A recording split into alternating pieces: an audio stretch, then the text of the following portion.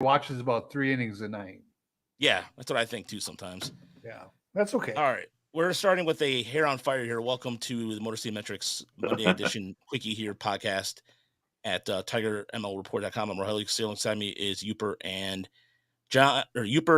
Chris. John is doing a wrestling podcast. So he was at SummerSlam, wasn't he? So yes, he was at SummerSlam. I think this is John's hopes and dreams. I think he wants to be a wrestling guy. Well, look, talking about pile drivers and figure fours. And, honestly, sleeper holds, fantastic. Yeah. So here's the thing: like I like wrestling growing up, right? It was popular in the '80s. It was fun. Hulk Hogan was huge, all that stuff. But and I understand the appeal of it. It just never, like, any of the narrative aspects of it don't appeal to me at all. Like the storyline. Oh, this guy has turned on his brother because it just doesn't. I can't get into it. I appreciate some of the insane athleticism. I also appreciate one of the fun things I saw. This was going around today. That dude, apparently there's a guy named Sheamus. I don't know. Yeah, I don't follow modern wrestling. He was there. Guy with red hair. Yeah, it looks. Yeah. He was there at the Detroit Lions training camp, and there's videos of him talking. And then I saw him throw an absolutely terrible spiral of a football. And it's one of those things that I love when you see these tremendous athletes.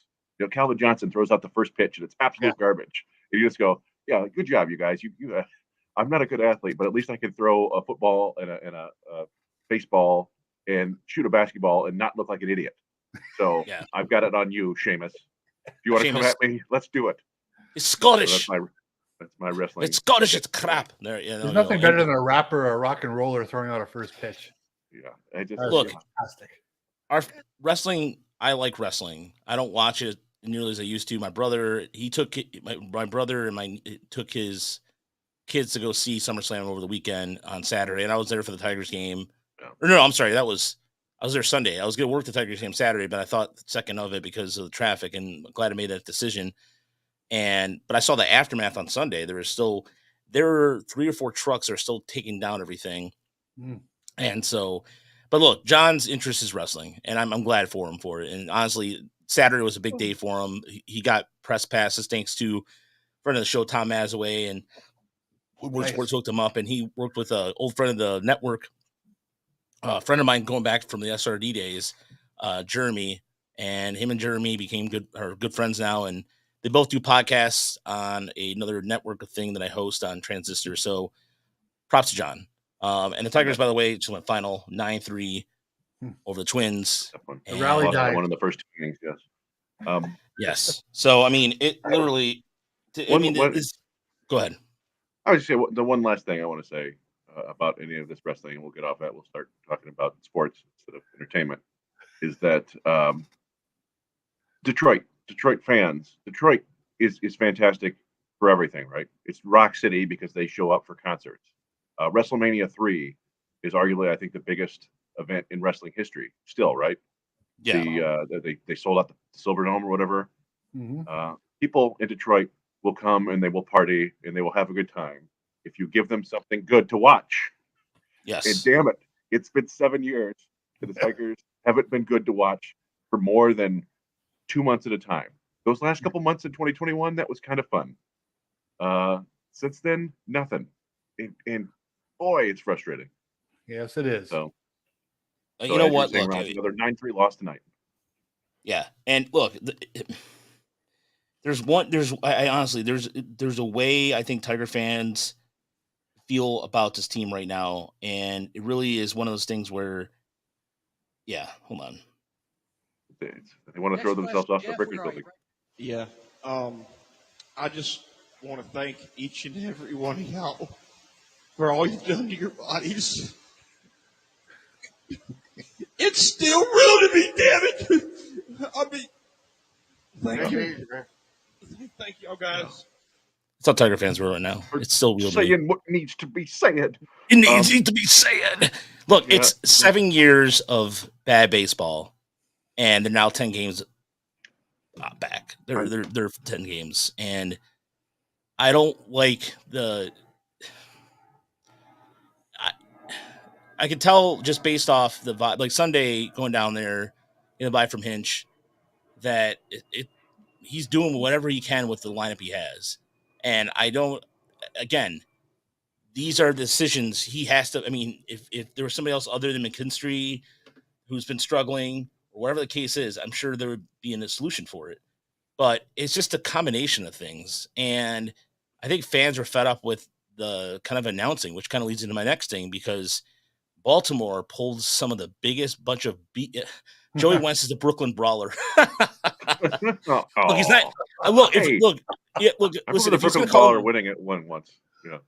he's not going to call him Barry Horowitz because he's not going to pat himself on the back too much. But I'm glad somebody gets that reference. But no, I want to talk more about the Baltimore thing about the Tigers, because the Tigers played. Riley Green is kind of in a struggle right now, but John Angelos is. I thought, you know what? I thought, okay, because if anybody's listening to the show, I'm not sure anybody listening right now on the podcast side of things or on YouTube have been around since Chris and I have been doing Tigers SRD. I know you have, Yooper. You're original listener, so you'll get this reference.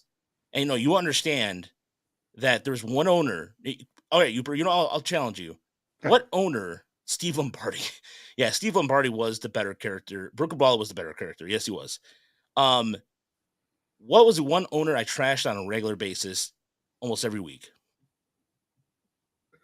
What? Angelos, right? I mean, was one No. of them. No. In the past, there was an owner that I would continuously rip on. He's no longer in baseball anymore. Oh, well, it wasn't Marge Schott.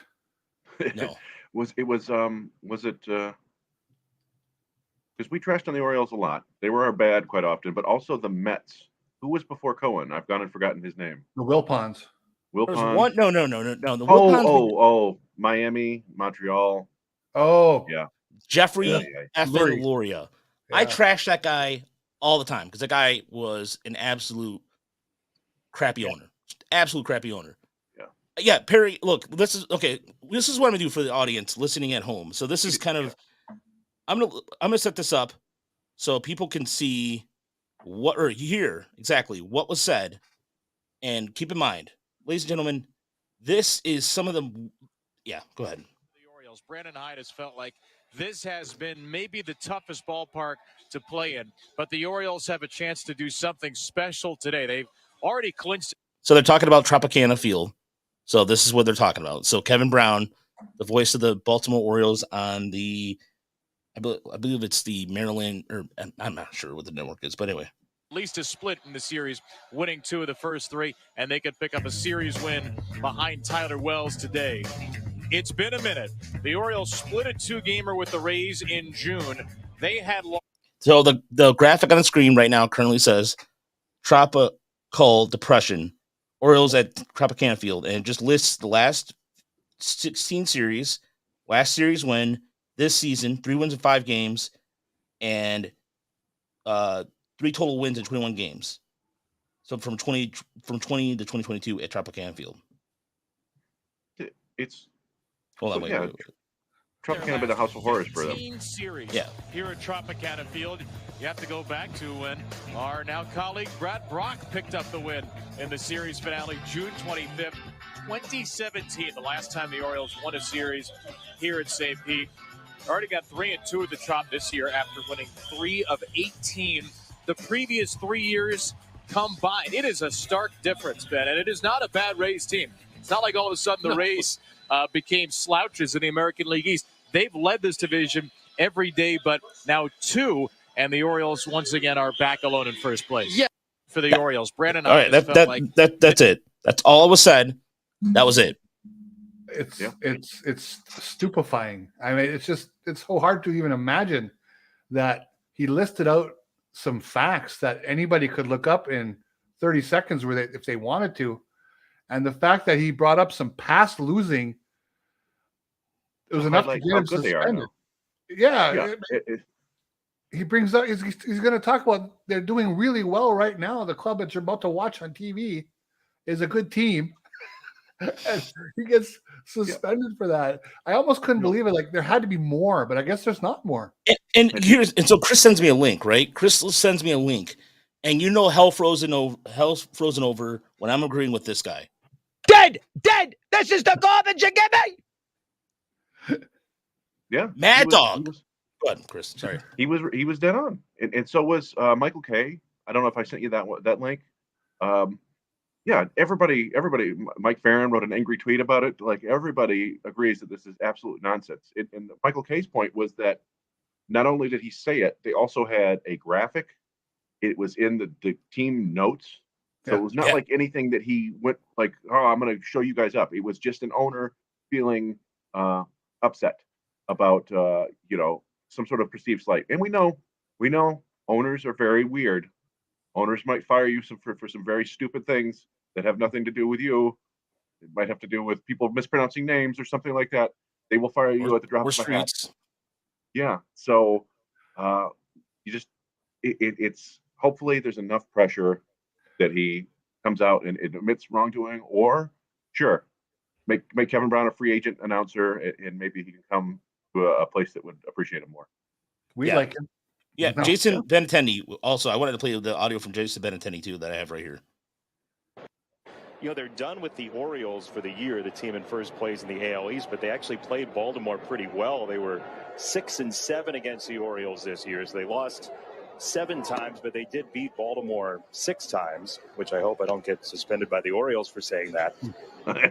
That is, you know, like that's what, like that's Orioles a for the year. you're. For the Orioles, Brandon. We have the Mets one too, but you can find that on Twitter. There's the Met one, and that's a little longer, so I didn't want to play that too much of a clip on that. Gary Cohen for the Mets lit them up. Oh no, Gary Cohen was spot on. Yeah. And here's the thing about the Orioles. Okay, so you think of Yooper. I don't know about you, Chris, but when I think of Baltimore, I think of those great Baltimore teams in the 80s, in the 70s. Sure. They play the Tigers tough. Yep. Early, like as a kid, however, I've associated the Orioles with dysfunctionality. When they were they played Team Cuba, they're the first team to play American team to play Cuba. Yeah. And then in the late 90s, and they were very adamant that they didn't want Washington back in their market. They made it a point. They own a network that the Nationals are on right now. They own a media network. So you could see even like on their uniforms, it's really weird how they have the Oriole and the Nike big logo. And it's not the first time too. John Angelos has gotten in trouble for he's gotten in trouble for, I guess, saying something about like calling out another team or making a joke about a uniform or something. Apparel. I think the way the announcers were dressed or something like that. I don't know. It was, it's a real penny any thing going on over there. My first memory of the Orioles was them losing 21 straight games. 21 straight games. Right. Yeah. To begin the year in 1988. That was my first. Yeah. So my whole memory of the Orioles is just failure.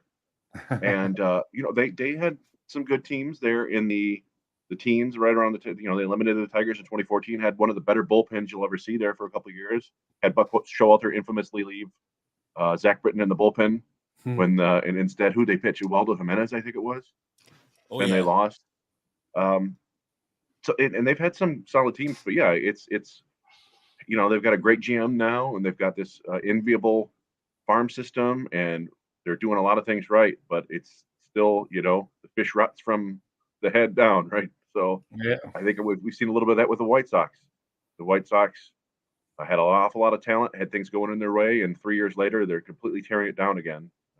And did you see what Keenan Middleton said? Yeah. Now that he's with the Yankees, basically said there's no rules. No rules. Yeah, ripping the culture there. I remember. What was it? A couple years ago? Was it last year when we saw? It was the video of Tim Anderson making the All-Star game, I think, and it was like a morgue. They were. So I don't know, and you have to worry about that, right, with the Tigers, because the Tigers' current owner has not fielded anything close to a winner. And you hope that things can turn around eventually, but I do think there is such a thing as owners getting in the way of their own team's success. And I think you see it in a lot of sports. You only have to look across the parking lot to Ford Field to see what happens when bad ownership gets involved. You end up with 60 years of losing. Although people are very optimistic this year. So. The Lions for the first time in team history sold out their season ticket package. First time in team history. And if you think about it, somebody was like, well, I'm surprised. I'm like, not really, because the Silverdome was a dump. The Silverdome was a dump. I mean, I went to a game early on in my life, and I remember going, man, this is the Silverdome? That sucks. Because when you go into one of the entrances, they always have water. Always had sitting water on one of the entrances when you go down one of the ramps. And I remember Packer fans, it was a Lions Packer game like 93, 94. I don't exactly remember when. Reggie but White Packer era? fans, pardon me? Was it the like Wayne Reggie Fonts White era. era? Wayne Fonts. No, the Wayne Fonts era, yeah. So, yeah, no. John, by the way, yeah, Michael, I'm fully aware that John Angelos had he was nowhere near to have those great Baltimore teams in the 60s, 70s, and 80s. Nowhere near it, no. Because he took over, they owned it, huh? Was it Jocketty? Was he the GM way back in the day? Or who was it that ended up going from the Orioles then to the Mets and built the No, if you went 80s to the Mets team? to the Orioles. I thought it was Frank or it's Fudge. Frank. I forgot the guy's name. Yeah. I can look it up. Michael will probably figure it out. Yeah, but Michael's. I think the Peter Angelos, John Angelos' father there, Roland Heeman, right around 1990 when they bought the team, somewhere in that ballpark. Yeah, I think it's right around before or after Camden Yards was built. But Michael, our resident Baltimore native, would know better than I would. Baltimore, I've always. Yeah. When you talk about ownership, I mean, it's so underrated of what kind of problem that is when it's weak at the top, and that just permeates slowly over the whole organization. I think it's just hard to overcome because they're the guys who write the checks. They're supposed to set the tone and what they want on the field, and in the clubhouse and in the locker room. And you can see right now, we'll see if that team that they're building in Baltimore can overcome the Angelos record. But by the way, Chris, you were right. He went from Baltimore to the Mets. You were right. I'm sorry. I was thinking, but I had the wrong name. It's Frank Cashin, right? Frank Cashin. Yeah. Thank you. Yeah. Yeah. That's right. Yeah. Yeah. I don't know. Yeah. It's just, it's a bummer. You see this bad stuff all over. For me, it's helpful to just kind of point at other people and laugh because of how bad things are going. I was going to save this. I might still save it for my Inside the Numbers, but yeah, the Tigers are on the worst stretch of baseball in franchise history. I don't think it's a huge shock to anybody, but it's been a real bummer. We had, they brought Alex Lang out tonight. I think Hinch is trying things. He was giving Alex Lang a chance in a non-high leverage situation. That's what he said that on Sunday. Yeah. That's what he said on Sunday. He was going to try to do that to work out things out. Sorry. And I got to give a shout out to Eagles Fly in the Discord. I don't know what his Twitter handle is, if he has one, what his real name is, but he pointed out that, hey, you see those four-seamers, Chris? And I was like, look at that. Yeah. Lang was throwing four-seamers tonight. He threw 7 all year. He threw 14 tonight. So they were like, just try something else, man. Try anything. Didn't really help. And I looked it up, and this was the second inning in MLB history, or at least, I don't know however far back that the stat head on Baseball Reference goes. The second time in MLB history where a pitcher threw 1 inning, walked 3, struck out 3, and hit a batter. The other time it happened was in 2011, and the pitcher was for the Chicago Cubs. Kerry Wood? Kerry Wood, indeed. Kerry Wood. Nice. And on July 4th, against the Washington Nationals, threw 1 inning, walked 3, struck out 3, hit a batter, also threw a wild pitch. Ooh, toss that in for fun. Yeah. So, by the way, thank you for the $5, Blood Right, and you get to hear our latest. Explicit it's not being retired, but because this is the Motor City Metrics podcast. Right now, hold on. For you. I'm gonna tee it up for you real quick. Right now, Tigers fans feel like jumping off the Frickers building.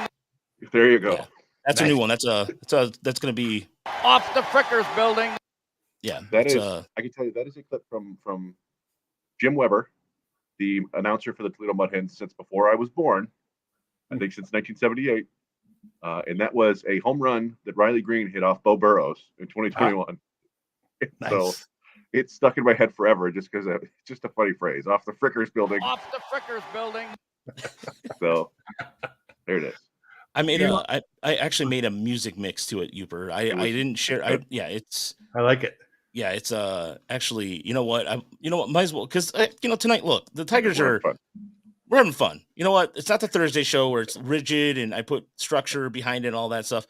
Not to say we don't do that, but there is a song that I made. I actually made a song that is going to be the next wave of music across the country. I think it's going to be a number one hit.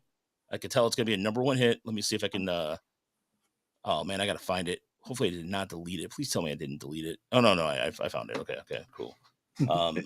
It's going to be a song that's going to sweep the nation, and it involves a Tiger announcer actually. And where is the? Oh, come on. Oh no! I know where it is. Okay, while you guys go ahead, while you find it, Chris, keep Meanwhile- or while he's talking. Well, go so ahead. Tiger Town had a question. He said, "Do you guys all agree Chris Ilitch needs to spin big in the offseason?" That would be great. There's one big problem, though, right? Right, Yoop? You gonna say what it is? He's never shown that proclivity. Yeah. Well, there's that, and also there aren't any good players to spin on this. Yeah, year. there's a weak market. Yeah, that's true. There are a couple. You can go out and get Aaron Nola maybe if you want, and some other pitching. But the best hitter available is probably Matt Chapman. And as much as we like Matt Chapman, he's most of his value comes from great defense at third base. Yep. You don't know how long that's going to last. You're probably going to have to pay him for 5-6 years. It'll be like 2 Javier Baez's on the left side of the infield probably. Chapman will walk a little bit, hit some power, but after a hot start to this year, he's not done much of anything. There's always a couple guys out there who will surprise you, but it's going to take a little bit of luck to identify the right ones and be able to secure them in and bring them in. So yeah, it's unfortunate. It's just a down year for free agency as it looks right now, and obviously we're making some assumptions they won't be in the Shohei Ohtani realm. So we'll stay realistic, right? So now it comes down to either signing some guys and getting lucky, which is possible, or making a aggressive trade, trading someone you don't think currently is market, someone they're looking to trade, but making that kind of big move. And, that's probably Tarek Skubal, maybe. I don't know. I mean, I'm not saying they should trade him. Don't kill me for that, everybody. But Spencer Turnbull. Who are you going to trade and get something really good for? That's the thing. Oh, yeah, not for Turnbull. No, it's basically Skubal. You're right. Yeah. I think, and nobody wants to trade him because we like him and he's very good. But you're right. If you're looking at the organization right now, you'd say we need actual real bats that can hit for us. They're probably not coming in free agency. So but then you got to find a willing partner who's going to trade their bats. We thought that Baltimore would do that in this trade deadline, and they did not really. I mean, they moved a couple guys, but none of their top 8 prospects on offense. So maybe things will be different in the offseason, maybe, but it's gonna be hard. They're gonna have to figure out a way to get some bats. Maybe it's those guys there in play. So John's tuning in to probably the shortest show because we're going to be on another 15 minutes. So John is joining us. Chris, you want to add John while I add the music bed real quick here? How's it going, guys? John, you missed our early 5-minute talk about wrestling.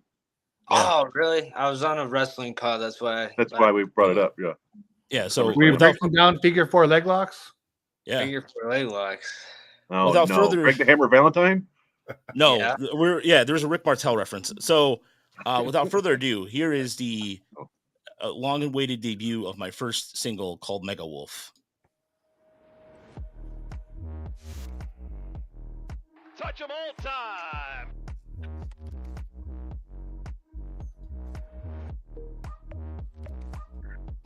Touch 'em all time.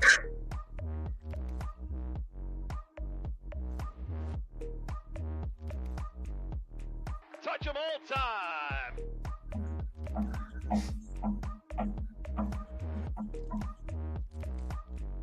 This ball is flying out of here. I like it. Yeah. Very creative. Yeah. So that was by the way, let me see if I can stop the song here real quick.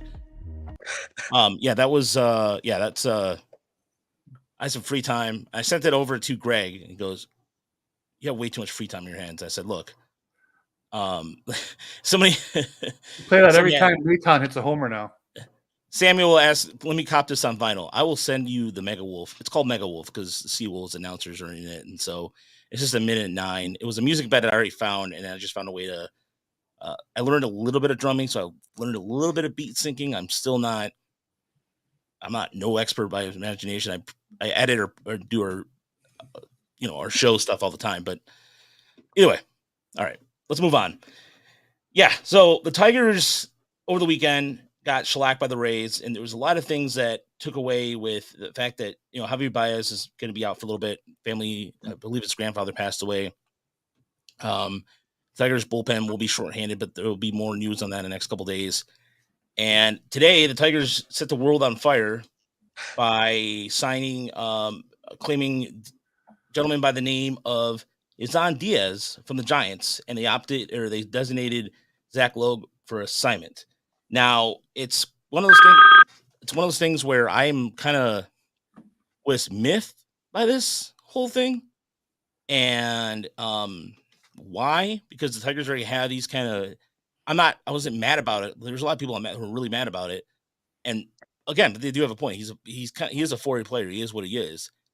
I'm just a little miffed. And my thinking is that maybe he'll see some time should Baez be out for a little longer. So, but again, you also have, because Andre Lipsius is down in West Michigan. He's still not in his rehab assignment. He's on the 40-man, but he's not ready to go. Because I would think that Lipsius would be the one you would call up in this situation. But Kreidler has had a couple good at bats. I mean, I know he's just back for a little while, but he's still on the 40, right? I mean, they could bring him up. Yeah, I mean, this feels like one of those situations where they brought him in just because they can get rid of him easily without any he sucks, so let's get him. Like, I know. So what I know about Isan Diaz is he's kind of just always been involved in a bunch of big trades. So he was drafted by the Diamondbacks and then traded in what would amounted to, I think, like Christian a salary Miller. dump with Hill. What is his name? Hill, the second baseman, former Hill. But went to the Brewers. Aaron Hill went to the Brewers, and Arizona got Gene Segura from him before he had a couple really big years. Then Arizona flipped Segura for Ketel Marte. But then Isan Diaz was involved in another trade. Was it the Christian trade? Christian Yelich, yeah. It was him, Lewis Brinson, and Monty Harrison, maybe one other player, to the Marlins for Christian Yelich in what was arguably one of the most lopsided trades of all time, actually, by WAR, I think. So, yeah. But as a player, yeah, like Rod said, we're a quad A player. He's hit for a bunch of power in AAA.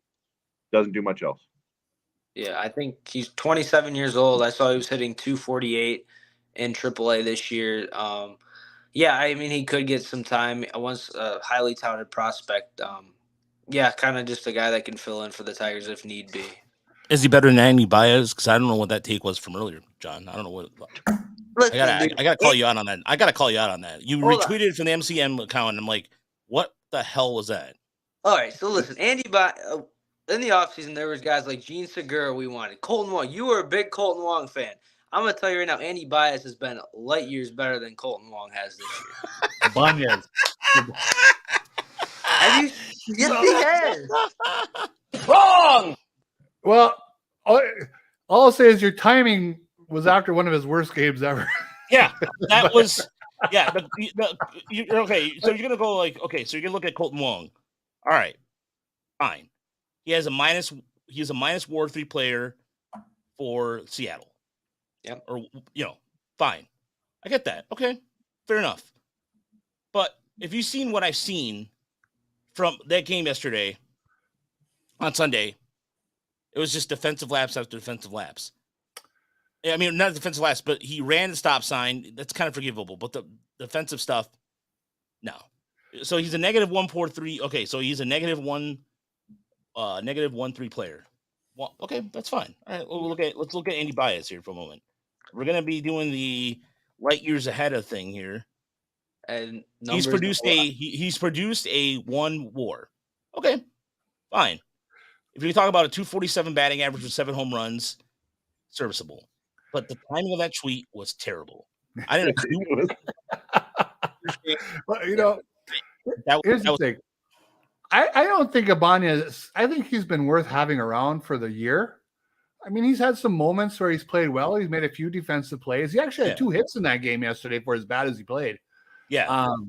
But you know, these are the kind of guys that they're living and dying with right now, and they're going to give him a little bit more rope. I don't think he's part of the long-term solution. I think we all agree on that. Right. But I think he was worth bringing in. John, you just got to work out his timing a little bit there. But don't, John. But don't. Here's the thing. Don't act like you were like a big. Oh, we should bring in Andy Baez fan because you never mentioned him. I'm gonna call you out on that, because quite frankly, no. I'm just stating that he's been a good pickup. I mean, he's making only, I think it was $720,000 per year. I mean, compared to some of the guys. Compared to some of those guys, I think that was a really, really smart pickup. I mean, he's just a 691 OPS going into the game tonight. That I think league average. I mean, he had an 88 OPS plus. That's slightly under league average, but essentially a waiver claim. I thought that was a really solid pickup for them. Cole Wong has hit 14 home runs and 15 home runs last 2 seasons in Milwaukee. Has his batting average went down a little bit last year? Absolutely. It went down from a 272 to 251. I get it. But at the same time, no one expected Cole Wong to fall off this bad. So, it's either way. If the Tigers did sign Cole Wong, he was doing these things, it would have been just another Scott Harris thing and all that. And so by the way, Joseph, thank you for the $4.99, and he says for the Mega Wolf, so thank you for that. And I think I saw a line shirt at Meyer for $4.99. Yooper, let's get that swap going. Ha ha ha! God bless, gentlemen. Thank you so much. Hang on. Off the Frickers building. Yeah. I don't think we're flipping Yooper to a Lions fan anytime soon. Probably not too soon. No. Got a lifelong thing going there. So yesterday, when Andy Ibanez took off running on that line drive, and obviously he got doubled off, and that was a bad move. It was so unbelievable.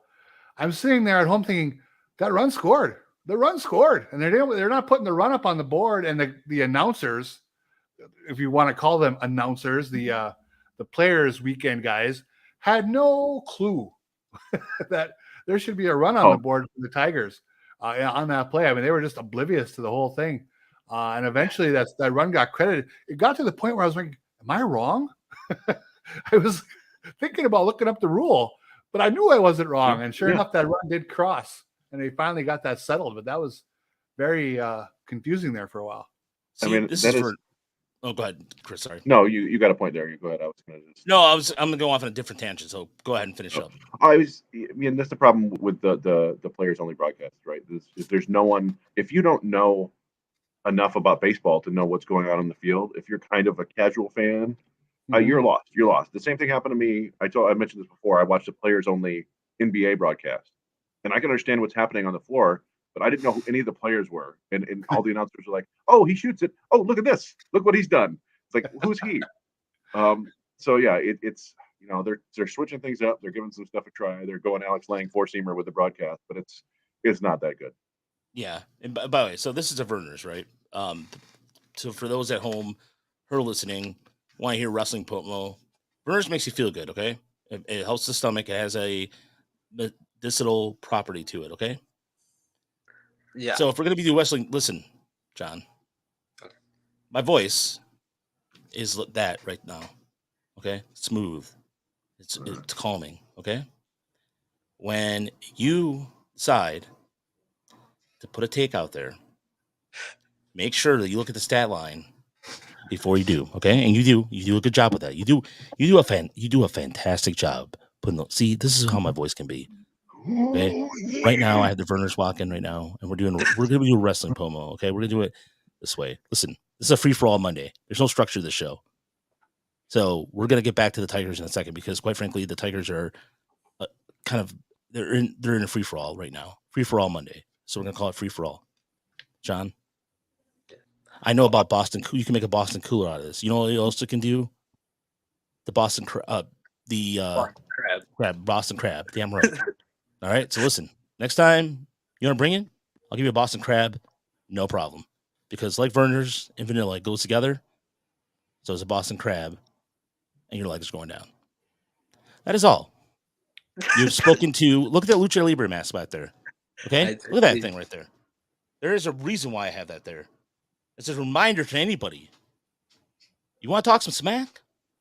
Bring it, son. I'll put that mask on, and I will. It used to be. Was actually El Tigre, wasn't it? Yeah, Wasn't it's El that your, Tigre. The El Tigre was a great gimmick that is no longer around. The El Tigre. I'll swear at you in Spanish. I'll swear at you in English. I'll give you a Boston Crab. I'll give you a I'm trying to think of a never mind. I can't think of anything right now because I'm that hyped up right now. That mask is just for a reason. You get a mask like that, we'll talk. We'll talk all day long. We'll go. I need to get a mask. Yeah, Boston Crab usually have to pay for extra for it. Very funny. Look up at Boston Crab. Classic. Rick Martel did it. Bret the Hitman Hart did it for a while. Yeah. Am I mistaken, or was like the what do you call it, the full Nelson? Was that always outlawed in wrestling, even though you could do everything else, but you couldn't do a full Nelson? Yeah, and they banned the DDT. The DDT was also banned. Yeah. So that's how long I've been around watching wrestling. The wrestling is what it is today, and you have to be very gifted to do it.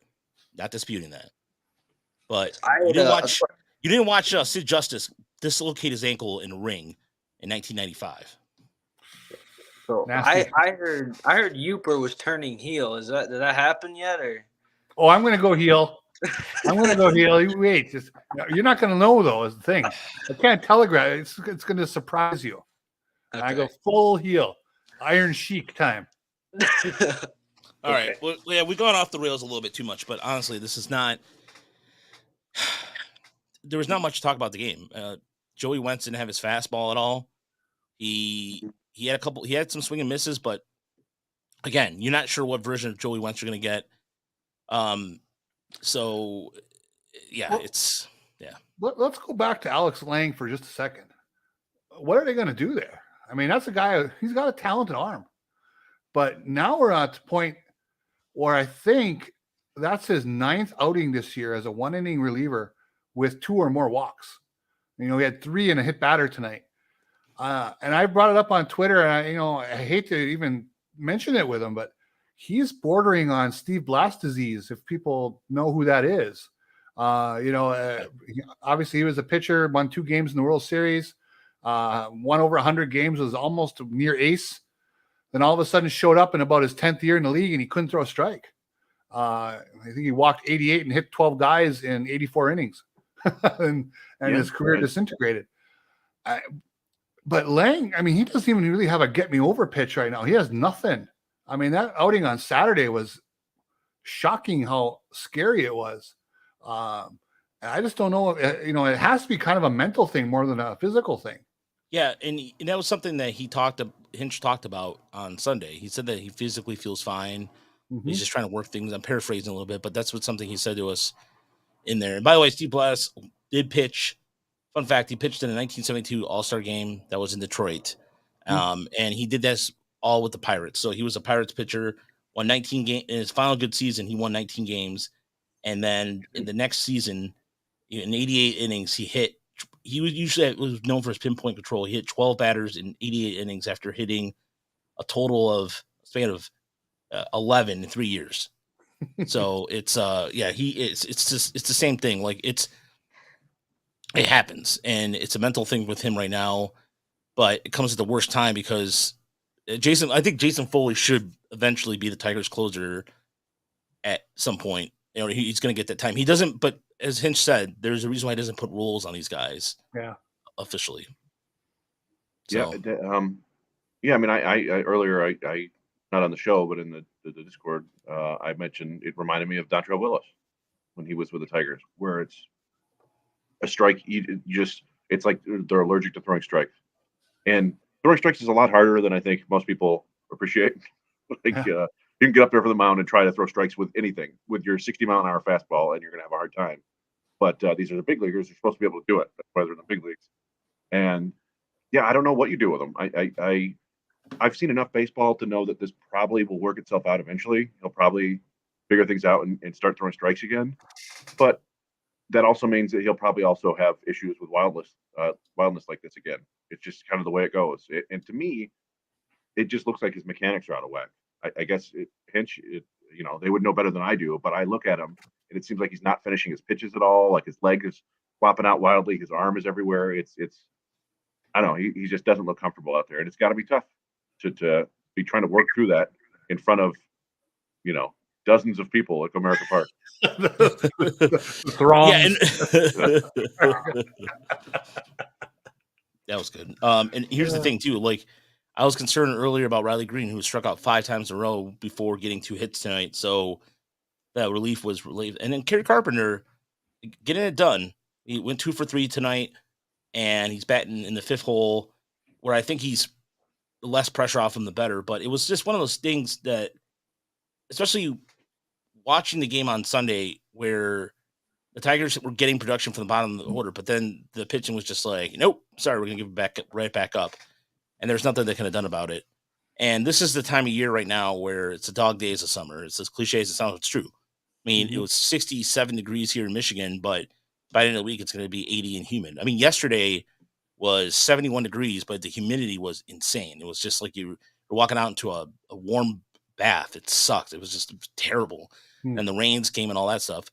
So well, the Rays really were sitting all over Matt Manning's off-speed stuff, to the point everybody was wondering if he's tipping. I think that's overrated that people are tipping pitches. Who knows? But then, there may be something to it that Brendan White came in and he got lit up on his off-speed stuff as well. That makes me wonder, is the catcher doing something in his setup where they're getting tipped on off-speed stuff? I don't know.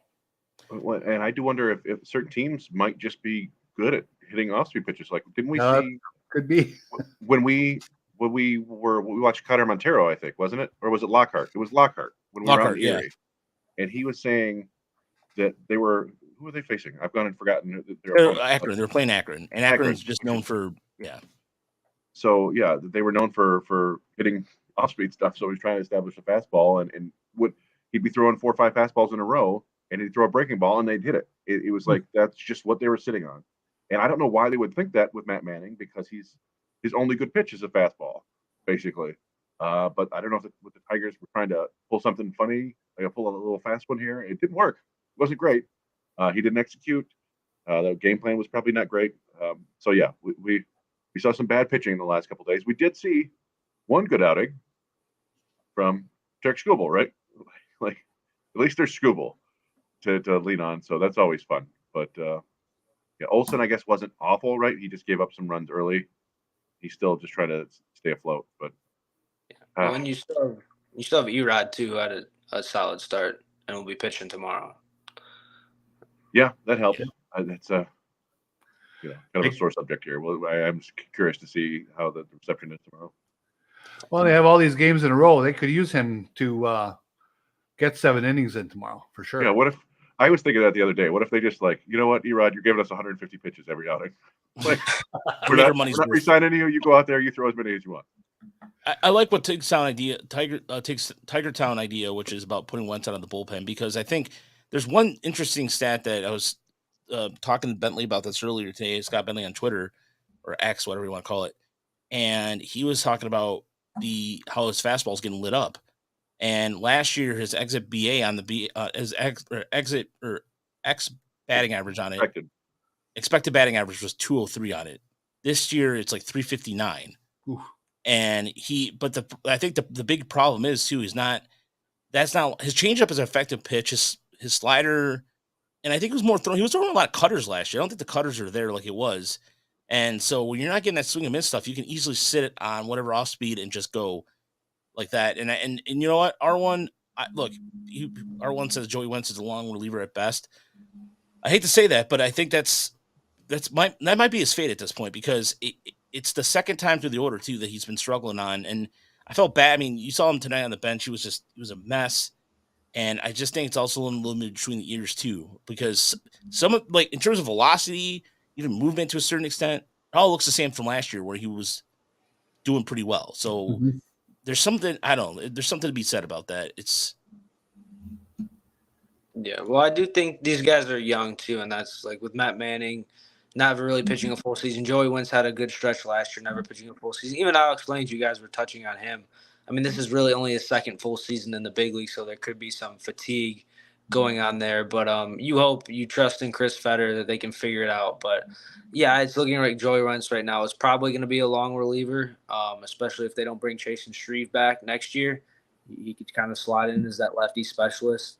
But yeah, it was definitely a very rough start tonight. I think Wentz, I don't think it's fatigue, really. I think it's just the fact that he has been beat up a little bit this year. But also, again, if you can't take that next step forward your second year, then something to be said about, it doesn't matter the fatigue or not in that case. Right? Yeah, maybe you can get a Tyler Alexander kind of career out of him. I don't know. We saw flashes last September. He looked good. This year, the cutter is harder. It's not working. It's I don't know. Sometimes you come into a season with a new game plan, try to get better, and it actually makes you worse, and it's hard to adjust midstream. It's been a real bummer. But yeah, that one outing, who pitched the first 2 innings? Was it Frisky?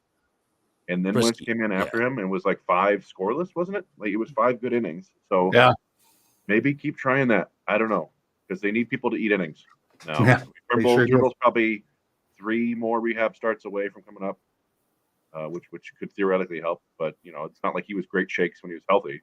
So yeah, they just need some innings. So yeah, John, this will be the last question of the night. Is John, do you have an update on the date you went on? I think you got a second one right. Sorry if I'm late to the party. That's from Samuel in Montreal. Oh. Wait, hold on. Wait. Was it?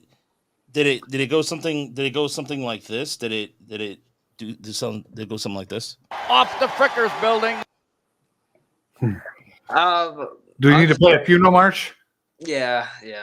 Oh, the funeral dirge. I'm sorry, that was very cliche. Well, that was not trying to be mean about it. These It happens, man. I think what we learned here, John, is we got to get off to a faster start. Going to the free event on the first date. You got to pick that up a little bit. That's gonna be my takeaway here. It's all batting practice, I think. Yeah. You got to get your reps in. Yeah, take a couple swings. Maybe work on that backdoor slider. Maybe that's later. Yeah, look, as long as she wasn't doing anything like this when you were talking to her. I don't understand a word he's saying. Why didn't he just let me bat? I wish I was home with a big bag of potato chips. Potato chips. All right, sorry about that. Well, John, I can't wait till we try that. We'll explore the next relationship when it comes across here. Yeah. Joe wants to know if the hitters given the worst scouting reports possible, or do they just suck? Yes.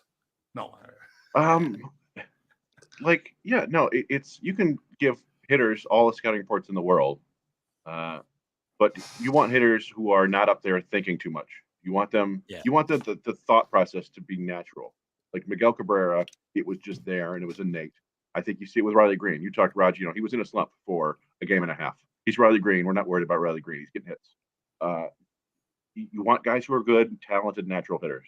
I think that's what they went after in this year's draft. I think that's what they targeted in the Howie Lee trade. So I think that's what they're hoping to get. And right now they're just kind of floundering with a bunch of guys who might have some tools but don't really have great feel to hit.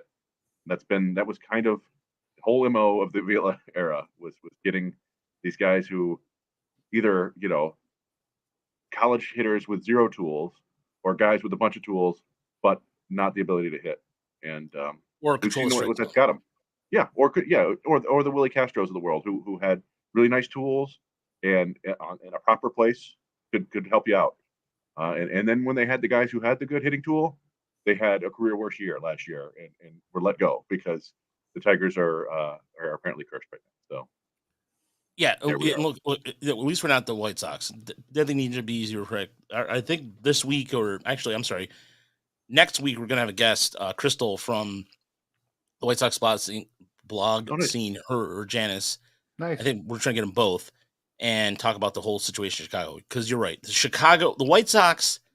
This is the thing. Like I said, I should name the podcast "The White Sox Are Going to Fail Every Other Year" because that's the way it seems like to be.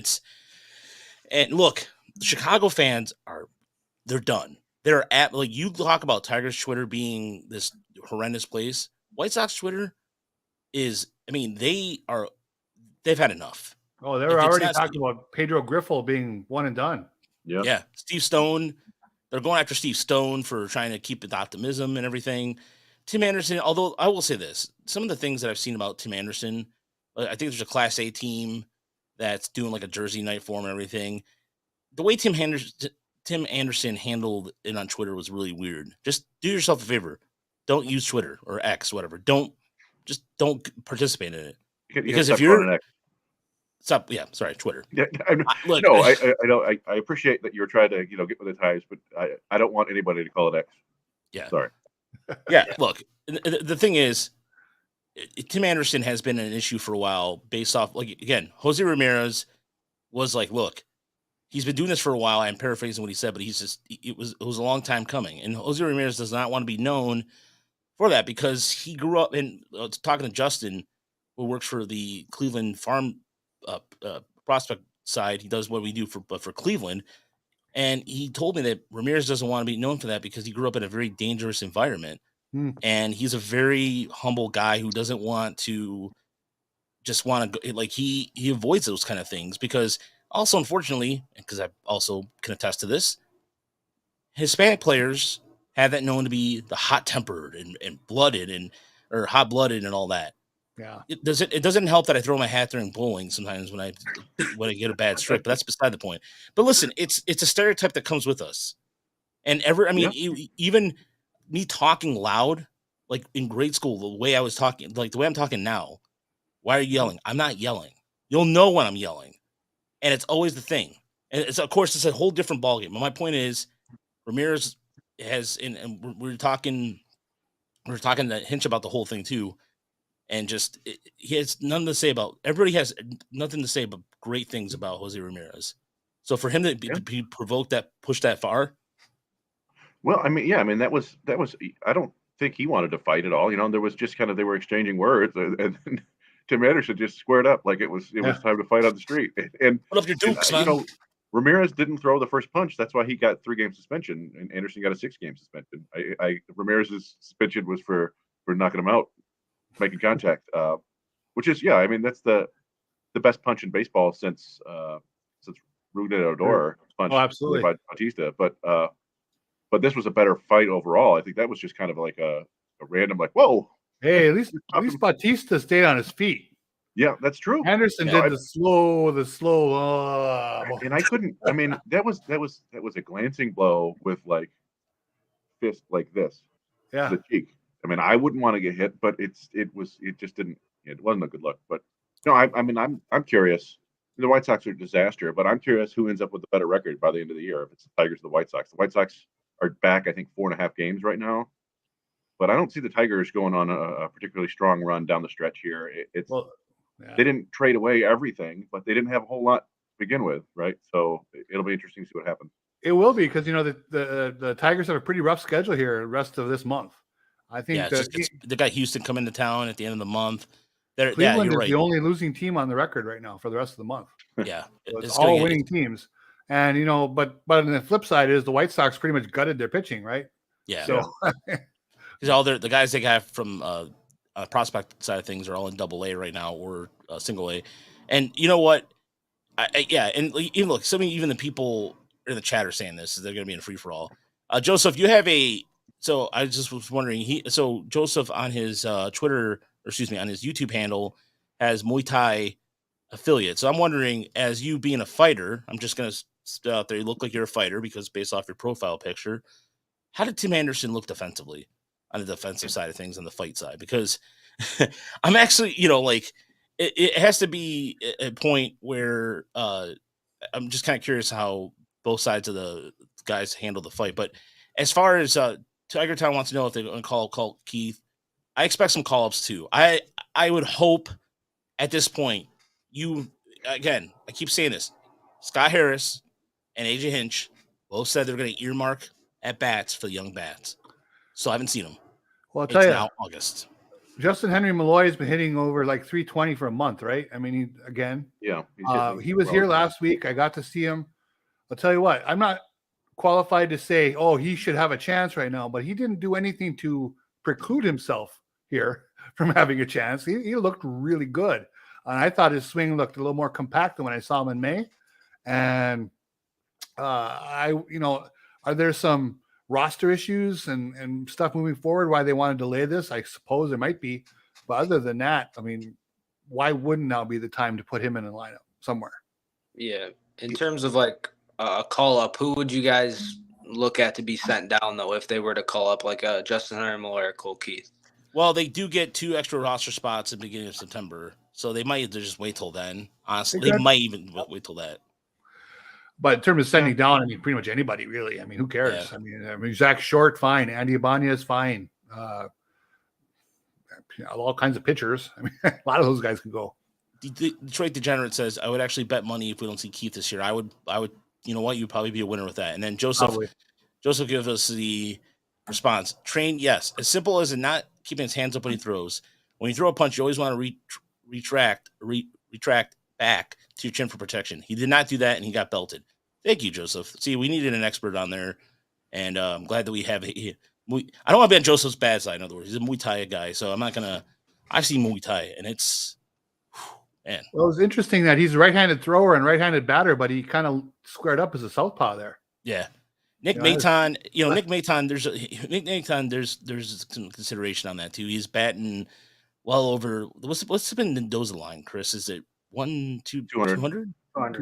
Yeah, he's well over the Mendoza line. So yeah. So the one other thing that we've talked about before, and it seems kind of silly, but if you've waited this long, you might as well wait another 2 weeks. That once you lose rookie eligibility if you're on an active roster for more than 45 days, and the season ends on October 1st. The Tigers' 45 days, I believe, would be August 17th. So, 10 days from now, 11 days from now, they could clear that. And then if they just play the guys sparingly so they don't go over the at-bats or innings pitched or whatever, then they can get these guys some late year experience without jeopardizing their chance to win Rookie of the Year or whatever next year. Now, they may not choose to do that. The odds of any of these guys winning Rookie of the Year is pretty slim.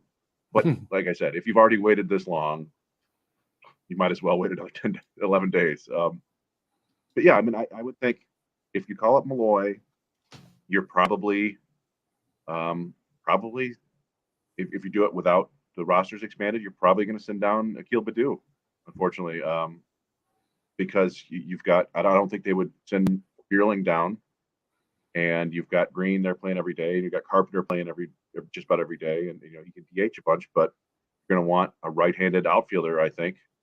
And so that would be the case there. And that might be the case if they call up Parker Meadows too. But one thing I was trying to remind people is we do believe that Parker Meadows deserves a chance, but he's still only hitting 260 on the season. It's like 280 since June 1st. Yeah. But he's hitting with power. He's getting on base, playing great defense, speed, all that good stuff. But I was trying to remind people of what big leaguers look like when they play in AAA, and it's what Riley Green did in his 3 games of rehab when he hit 500. Yeah. It's like, yeah, these guys, if you're a big leaguer, a legit big leaguer, and you're in AAA, you're destroying the baseball. You're hitting Chris was one of his hits off the Frickers building. I believe it was. Riley Green, well, Riley Green's wasn't, but he did have 5 very hard hit balls. So that's the thing. Like these guys are playing really well, and they deserve it as kind of a reward come up. But I don't know if they're ready to come up and actually play well. So there's that. Yeah. Which means they'll fit right in. The bottom line, look. I mean, that's the counter argument, right? Is that none of these guys are playing well. We might as well let the young guys struggle. But yeah, there's more that goes into it. Yeah, and that's another thing too. Joseph's like saying, look, it is infectious when you hear it off the Frickers building. I have the rap beat I'm making to it is I'll play it next time on Thursday's show because I made a rap beat to it. Nice. Weber try. Yeah, exactly. It was called we call the Weber. No, Chris came up with the brilliant name Webertron. So Webertron will be dropping on Thursday. No, but and all folks, before we get out of here, because this is way a little longer than I anticipated. The biggest thing I could take away right now at this point is I'm usually reserved about calling players up, but right now, as it stands, the Tigers, it's like the Tigers have kind of a an identity crisis right now. And if you look at some of the guys who are on the 40-man roster, they are continually, those guys like the placeholder. Zach Logue was a placeholder. Pure and simple. Nick Solak was a placeholder. And they are, it's one of those things, but all these guys, I think, I have a feeling that there's just going to be a continuation of cleaning house. Matt Whistler was released over the weekend. There's going to be wholesale change. Not let's say wholesale changes, but there's going to be a lot of changes. So I think either they're just going to go wait till the season's over, assess, and then just bring up everybody. And their excuse might be not to spend money this year is, hey, look, Parker Meadows is here. Colt Keefe is here. The future's here. You get the, and then maybe use the money or trade a couple of their players, because they also have some really tough Rule 5 decisions to make too. Keep that in mind. They have to. There's several players like Montero, Olafagin, and there was a hitter too. That Well, you've got probably Ed Dingler. Thank you. Gibson Long and Lachlan are both options. Montero's an option. Roberto Campos, I don't think another team would take him and keep him, but he is like, I don't know, that's your $3 million international signing. He's hitting okay in high A. I think he would drown in the big leagues, but that's a name you would consider, I think. I don't know. So, yeah. There are 4 or 5 guys that they would, Trey Cruz maybe even. So, yeah, they have some decisions there with the Rule 5, but who knows? I didn't think they would keep or roster Brendan White, and they did. And we've seen the upside there, but he's also hasn't been terribly consistent. This is going to be the thing is, look, and Denley Ninja B is kind of something. They drafted some high school players, and it's going to take a while to develop. Hey, but here's the thing: like 2 for 2 today. Yeah, he went 2 for 2 today, and before leaving the game with heat. Yeah, and it was 127. It was like the humidity down there was ridiculous. Somebody posted it. This, if you look at how they're approaching it right now, it's setting up for that. They had taken the Cabrera money off the books. Great. Awesome. But guess what? The free agent market's booty. It's straight up booty. So Scott Harris has to get creative. I'm sure he has some targets in mind. I'm sure they're going to have to make some, they're going to have to be creative this offseason. Now, can they make a trade or two and get a player, a serviceable? To me right now, I'm asking, I think fans are asking, I think is it fair to say the Tiger fans just want a 2-WAR player, which is an average major league player? Yes. I think Tiger fans would just love a series of average players that would just perform a little bit above expectations and provide a winning result and be competitive. I think that's all the Tiger fans want right now. And it sounds like the bare necessities, Jungle Book style, but it's true. I mean, look at the Lions fans right now. Lions fans are sold out for a team that hasn't won a single game yet. Okay? See, this is the thing. The beautiful. It was because of half a season. They had half a season. They first half was awful. They lost the first half of the games of the season, and people came back. Tiger fans are gonna, it's one of those things where, like Samuel, thank you. I just want to. He said, "Bro, I just like to watch a 500 ball club at this point." I do too. All I want is that, and just really off the Frickers building. I feel bad for John, because Tigers fans have been through this before, and then we had 2006. Boy, was that a palate cleanser. That was so much fun. The entire up until like August, and then things got kind of dicey. But like the first 5 months of that season were outstanding. It was so much fun. Everybody was super excited. You talk to people about the Tigers game. Oh, did you see the Tigers come back last night? Zumaya gave up that grand slam, but they came back and won anyway. It was so much fun. It's just been absent for so long. It was, and you gotta hope that it'll come at some point. But it's been a real stagnant year overall. Yeah, I think in terms of like these last couple games, you kind of look for the positives. You look for the development in guys like Kerry Carpenter, Riley Green, Spencer Torkelson. You try to watch it from a developmental standpoint, at least for me, is to try to see the development in these young players. Hopefully, I can't do that. And I'll tell you why. One, Kerry, you could be positive. You can be as pessimistic about this as all you want. That's fine. You can look at those positives. Those things are true. That it's good to see Kerry Carpenter do well. It's good to see these things. However, I think the reason why Tiger fans are fed up right now is simply this. A simple thing. You can only look for the positive for so long. You only can you look at the fact that this year they're very conservative on how they call guys up. It's maddening. Meanwhile, that's a thing that I'm kind of understand. I don't understand. That it's kind of like sometimes frustrating, but there's a process behind it. Harris is trying to evaluate what he has. I'll give him this year. And a lot of fans are already calling him to get fired, which I'm just kind of baffled about. But you can only for me. There's so many times that I can look for a silver lining, and I've done this now for close to a decade podcasting. I can't do that anymore. I'm gonna call it the way I see it. You have literally garbage, absolute garbage in Toledo right now in terms of relief pitching prospects that can help you, right? Or excuse me, relief pitchers. Prospects is a different story. Was Matt Whistler going to help you? No. But everything they've thrown at the damn wall down there has not worked. So you could be as optimistic as possible, but fans are just as fed up. And I don't blame them anymore. I'm not making fun of fans anymore. Fans, you can go off and rant you want. By all means, go for it. As long as they're not an educated rant. If you're going to tell me that, if you're going to bitch about the batting order, then I don't know what to tell you, because there's Hinch can only do so much. Relax. You're not going to call up Max Clark. You should be in AA. Stop. Well, yeah, get rid of Jonathan Scope. That'll fix some things, right? No, he's gone. It's not any better or worse, I guess. Eric Haas is the next guy in the crosshairs, right? Get rid of him. Get rid of make time. The options aren't there. I know people miss Mario and Rod Allen and Mario Pemba, but enough of also yelling at the announcers. They have to do this. They have to go out there and pretend there's nothing wrong, because maybe they have the Orioles directive. Who knows? I don't know. But you only can take chicken crap and turn it into chicken salads for so much. And it is beyond me. Like, looking in the Marlins, like it just looks at teams like the Marlins and the Diamondbacks who've done things and made themselves competitive in a short period of time. You have to give Harris. Yeah, but yeah, again, it's going to be okay.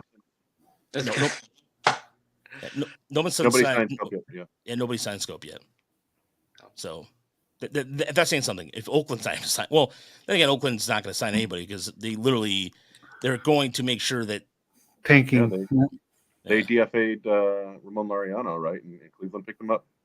Was he an all-star not that long ago? Was he? Yeah, he was an all-star, not, but he was a good player for a couple of years. That's a Cleveland move right there. No, I didn't see Aaron. So apparently Aaron Boone got ejected tonight. Gee, that was a shocker. Oh, yeah.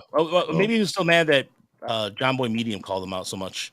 Biggest whiner in baseball. Oh, yeah. Just embarrasses himself. Thank you. Yes, I imagine. Yeah, I thought that you would pick the umpire view of this, because, yes, Boone is the one who's always yelling at the umpires and telling them we have a bunch of savages here. And he and Brett Gardner were banging baseball bats into the roof. Yeah, that's brutal. I do not miss seeing that sight. Brett Gardner, like looking like somebody living on the landlord. Look like I think it's fun for me, just as a side note, to look at the standings and see the three division leaders are, Minnesota, whatever. We don't like Minnesota, but it's Minnesota, Texas, Baltimore. That just feels kind of refreshing after years and years of Houston or New York, Boston. Just get some new teams in there, and maybe one day the Tigers will compete again. The day will come. Yeah, I think next year Job shall lead them. Yeah, I think next year there's a possibility if they keep Erod around and hopefully they make some moves this offseason. I mean, the division is wide open. So You really only need like, I mean, it's easier said than done, but you need like 3 bats, right? You get 3 bats, and you can play competitive 500 baseball, and that's about all you need in the AL Central. Yeah, look, It I can be mean, done. I'm sorry, go ahead. No, I just think it can be. I think next year, you can make an argument. You can construct a case very easily where if Chris Ilitch, again, keep putting him in the conversation because this is his ball club. If Chris Ilitch okays some aggressive pursuit of whatever there is in free agency, and is willing to gamble some money on finding a couple bats, and they make one really solid trade, and one of the rookies comes through of the 3, they could have a lineup that could score some runs. But otherwise, they're going to be stuck with this 3-run night lineup that they have right now, and they're not going to beat anybody. Well, yeah. And you kind of bank on the development of the young players. Torkelson's taking a step forward this year. You hope he takes another step next year. Riley Green stays healthy. You hope one of these young players like a Colt Keith or Parker Meadows can come up and be a contributor next year. And, I mean, there are some intriguing bats. Jock Peterson, Randall Gritchett. You guys talked about Matt Chapman. I mean, they're not game changers. They're not, Carlos Correa or Juan Soto or any of these big name free agents, but they are guys that can contribute. And that's going to be a really intriguing storyline to follow this offseason. Yeah, I mean, the bottom line is this: simply put, that there's going to be a lot of Tiger fans making this face right here. If you're watching this on YouTube right now, you're going to make an Aaron Boone face when that happens. You're going to see a lot of Aaron Boone faces with the Tigers, with Tiger fans right now. Fake tough guy, Aaron Boone. Fake tough guy, Aaron Boone. You know what? Had his contract voided, right? Pardon me? I believe he infamously had his contract voided, or there was an issue there where he blew out his knee playing pickup basketball, something like that. Yes. Yeah. And by the way, I feel bad talking about Aaron Boone a lot because he's friends with a friend of ours, a friend of the show. Yeah. Yeah. But hey, whatever, Yeah. Sorry. You're the manager of the Yankees. You're gonna get some heat. Yeah. Sorry, GA. My bad. It is what it is. Yeah. But yeah, you also the John's always the optimist. I feel numb. Aaron, yeah. By the way, I think I'm going to keep this icon next to me. If you're watching us on YouTube, Aaron Boone right next to me the rest of the season. So they'll put my mood. They'll put my on your shoulder. Yeah, devil on my shoulder. The Aaron Boone. You know what? That's going to be part of the show. The Aaron Boone mood indicator. How are we feeling about Tiger fans? How are Tiger fans feeling about the season? The Aaron Boone. Wearing your Boone ring. Yeah, your Boone ring. So we're gonna leave that right there for now on. So if the Tigers fans are doing well, we'll put a smiling, happy Aaron Boone face. But I'm gonna try to find the worst ones where he looks like he's taking a crap, literally, as possible. I'm gonna keep it going. So, all right. So the show has completely been off the rails. Thank you everybody who's watched us on YouTube tonight. But so by the way, our top 30 has dropped over at TigersMLReport.com. There is a yeah, I'm sorry. And we did, for anybody who's a Patreon member of Tiger ML Report or our YouTube members subscriber program, there is we broke down the top 30, and we did the 50, about an hour total or 2 hours total. Yeah, 2 hours total. 16 through 30 is up now, part 1, and part 2 will be loaded up in the morning. So we're giving an extra bonus content for the people out there who, yeah, it is cards. You know what, Sam, you're absolutely right. This has been a very therapeutic show, which is why we're the Bung Hammers at, because I'm going to probably drink a couple of these before I go to bed. Like I did yesterday when celebrating. It's not the same mood that I was in yesterday when our team won the bowling championship on Sunday nights. And I was in the agony and the ecstasy. Yeah, exactly. I watched the Tigers get their asses kicked within the first 3 innings. And, yeah, I don't care where Brandon Inge is. Somebody asked in the chat, where's Brandon Inge? I don't care. I don't care. Yeah. What a way. Yeah.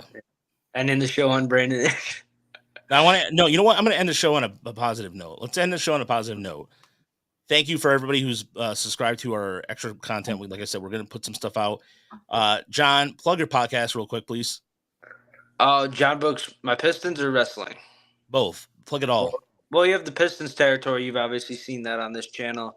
Not too much going on with basketball right now, but as that picks up, there'll be more Pistons content on the channel. And then my wrestling podcast. I'm a big wrestling fan. If you guys saw on Twitter, I was kind of freaking out a little bit during the show. I had a lot of fun. So the wrestling podcast hopefully will be up in this next week. But it'll be called John Books Wrestling and just me talking wrestling.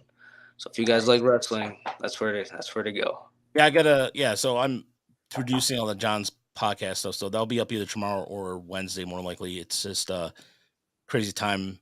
You missed it earlier. I'm going on a political podcast tomorrow, so that's going to be. Oh wow! I'm going to be starting my Andy Ibanez podcast. Yeah, the Andy Ibanez Love podcast. I'm tuning into that, man. You know what? I'll talk about. You know yes what? or no. I'll talk about the. I'm going to start the podcast. It's still real to me. Damn it. So we'll talk about the days of. We'll talk about the how I was upset that Shawn Michaels kicked Marty Jannetty through the glass. Oof. So yeah, it's What about the? There's a number of respect here for Iron John Steamboat. here. Was that Andrew? What? Was it Ricky the Iron Steamboat? Was it Ricky Steamboat? Oh, Ricky the Iron. Dude, WrestleMania 3 against Macho Man is one of the best matches I've ever seen. That's what I'm saying. I'm saying Detroit will show out for whatever you have. Bring it to us. Bring us a good team. We'll show out. But yeah. I mean, the Detroit Drive won 4 straight arena football championships, and I bet you anybody in here did not know that, and they have no idea what the Detroit Drive was. But that was a team that Mike Illigione arena football team that played at St. Louis. Wow, Joe Louis Arena in the late '80s, early '90s, and they were a title team. They won a lot. And I remember, but then again, the ticket when I realized, like, wow, the tickets for the championship game, they're free. I wonder why. What's going on? Yeah, because no one's going to games. Well, that's I mean, I've forgotten their name already, but the WNBA team had like a dynasty too. Detroit Shock. They have back-to-back titles, I believe. Yeah, they named there. And look at the Palace. The Palace is no longer there. Empty lot. So the Nick Maytom podcast has been put on indefinite hiatus because I'm not going to produce it or edit any of that stuff. Oh man, all the wolf howls you could have on there and stuff. Yeah, but it's still not as good as this. It really isn't. Off the Frickers building. Honestly, what I credit to Chris here. He goes, "We should add this to the board," and I heard it, but the first time I didn't hear it too well, but then the second one he played, it was in threes.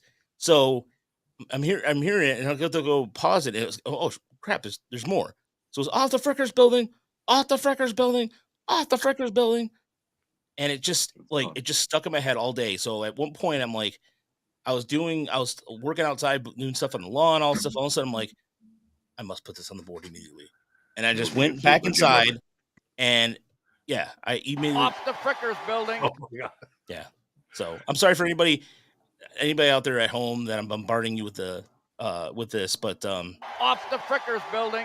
We're not usually a drop friendly show. We try to avoid that, the radio stuff, but the power has gone to my head. Yes. The comments at the end of the Joseph Brandon is just somewhere in a country club. Oh, he lives out in Salina, Ann Arbor, so that wouldn't be too far out of the realm of possibility. So, oh man, all right, yeah, the power has gone to my head, and also need sleep.